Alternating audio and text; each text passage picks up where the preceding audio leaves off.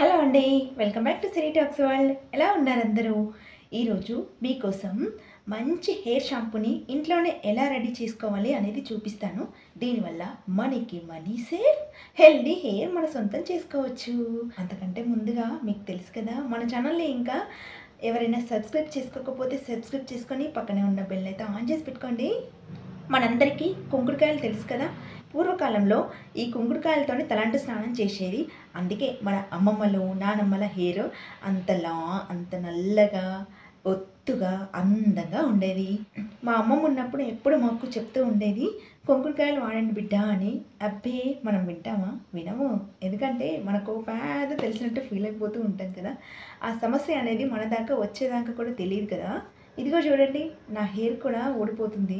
అందుకని చెప్పేసి మా అమ్మమ్మ చెప్పిన టిప్ని ట్రై చేద్దామని అనుకున్నాను. అందుకే గబగబా మార్కెట్కి వెళ్ళి చక్క ఈ కుంకుడుకాయలు అయితే తీసుకొచ్చేసాను. చూస్తాను, ఈ కుంకుడుకాయలను అయితే తీసుకొచ్చాను. ఇంకా ఆలస్యం చేయకుండా ఆ షాంపూని ఎలా రెడీ చేయాలో చూసేద్దాం పదండి. ఆగండి, కొంచెం ఛానల్ని సపోర్ట్ చేయండి అబ్బా. మీరు సపోర్ట్ చేయడం వల్ల నా ఛానల్కి ఇంకొంచెం గ్రోత్ ఎక్కువగా వస్తుంది. ఓకేనా? చేస్తారు కదా. పదండి. చూస్తున్నారా, వీటిని కొంచెం చిన్న సైజులో ఉంటాయి కుంకుడుకాయలు అనేవి. నేను రాత్రంతా వాటర్లో నానబెట్టాను కదా, అందుకే ఉబ్బిపోయాయి. మనకి షాంపూ రెడీ కావాలంటే వీటిని ఒక నైట్ అంతా వాటర్లో నానబెట్టాలి. అలా అయితేనే మనకు షాంపూ లిక్విడ్ అనేది మంచిగా వస్తుంది. యూస్ చేసుకోవడానికి కూడా ఈజీగా ఉంటుంది. ఈ కాలంలో ఇవంటే ఏంటో కూడా చాలా మందికి తెలీదు. కొంచెం వీటి స్మెల్ బాగుండదు, కానీ ఇవే మంచివి మన హెయిర్కి. మరి అందమైన జుట్టు కావాలంటే వాడాల్సిందే కదా. ఇప్పుడు ఇక స్టవ్ పైన బౌల్ పెట్టేసుకొని నానబెట్టుకున్న కుంకుడుకాయలని అదే వాటర్తోనే బౌల్లో పోసుకొని దానికి ఇంకొన్ని వాటర్ యాడ్ చేసి ఈ బౌల్లో ఫుల్గా తీసుకున్నాం కదా, వాటర్ అనేవి సగం అయ్యే వరకు మరిగించుకోవాలి. ఒక మాట చెప్పాలి, ఏదేమైనా మన పూర్వీకులు గ్రేట్. అసలు మనకి ఏది మంచి ఏది చెడు ముందే తెలుసుకొని మన తరాలకి అందిస్తున్నారు చూడు, చాలా గ్రేట్. కానీ మనమేమో ఇట్లాంటివి పట్టించుకోము. మన వాళ్ళు చెప్పిన దాంట్లో కొంచెంలో కొంచెమైనా పాటించడం వల్ల హెయిర్ అనే కాదు మన ఆరోగ్యాన్ని కూడా కాపాడుకోవచ్చు. ఏమంటారు? మీకు కూడా మీ పెద్దవాళ్ళు ఏదో ఒక మంచి చెప్పుంటారు కదా. ఇలాంటివి హెల్త్ టిప్స్ ఏమైనా చెప్పుంటే కామెంట్ చేయండి. ఇక్కడ చూడండి, వాటర్ అనేవి సగం వరకు మరిగిపోయాయి. ఇప్పుడు ఇంకా స్టవ్ ఆఫ్ చేసేద్దాం. మొత్తం అంతా వేడి చల్లారాక బాగా ఉడికిపోయిన కుంకుడుకాయలని స్మాష్ చేసుకోవాలి.